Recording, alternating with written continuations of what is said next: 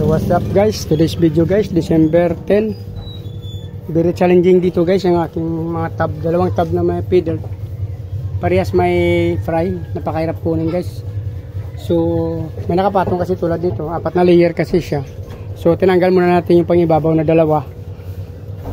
Nakakuha tayo ng fry doon guys, pero ano naman, doon sa unang tab na sa 6 lang guys, hindi natin alam kung may nangain na or talagang ganun lang binuga nila. Since semi-adult pa lang yung ano natin, first time tila kasi ito guys mag-fry, so hindi ko alam kung talagang ganun lang binuga ng unang tab 6.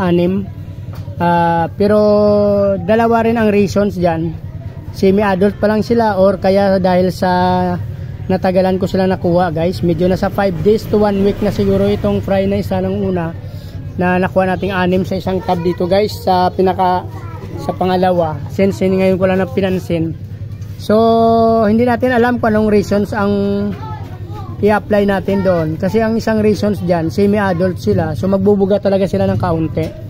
So ang pangalawang reasons dito guys, na tagalan ko silang nakuha, medyo malaki na sila, so 5 days to 1 week na sigurong age nitong 6 na fry na malalaki dyan guys. Dalawang klase, pero parehas feeder yan guys, kaya pinaghalo ko na lang.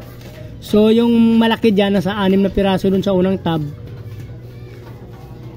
So yun nga yun guys, yung pinapaliwanag ko, 2 reasons kung bakit 6 lang yung sa unang tab. Maring semi-adult pa lang sila, first time nila magbuga, or sa reasons din na malaki na sila, 5 days to 1 week na kasing edad nila, baka kumain na rin yung magulang. Pero yung sa second tab natin guys, 2, 4, 6, 8, 10, 12, nasa 15 guys, 14 I mean.